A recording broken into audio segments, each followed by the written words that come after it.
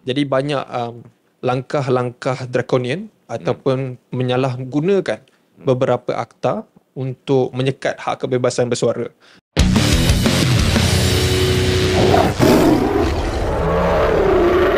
Berkenaan dengan akaun-akaun media sosial kena sekat ni, bagi saya itulah pertama sekali bukan saya seorang yang kena.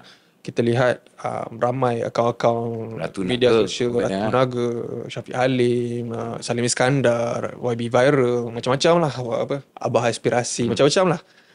Dan semua mendepani dengan masalah yang sama, di mana jika mereka terlalu ke depan, video terlalu viral, terlalu ramai orang follow, nanti kerajaan akan sekat. Dan itu satu perkara lah. Kedua, ada juga tindakan-tindakan yang lebih keras diambil. Ada yang dikena dengan Akta Seksyen 233 Akta Komunikasi dan Multimedia, ada yang kena Akta Hasutan. Jadi banyak langkah-langkah draconian ataupun menyalahgunakan beberapa akta untuk menyekat hak kebebasan bersuara.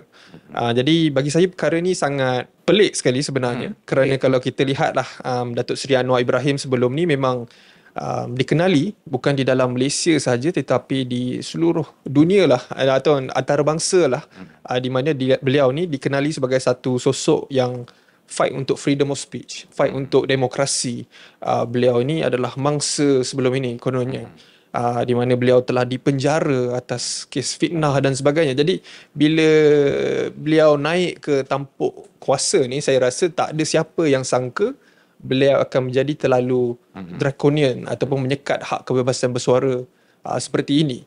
Tetapi bagi saya, nampaknya kuasa itu betul-betul menunjukkan kita lah watak ataupun wajah sebenar seseorang. Pasal kalau sebelum ni kita lihat Datuk Seri Anwar Ibrahim adalah orang yang tidak berkuasa. Jadi bila seseorang itu tidak berkuasa, dia akan kata kita perlukan hak kebebasan bersuara. Mereka perlukan perkara itu, mereka perlukan platform tersebut untuk mendapat kuasa.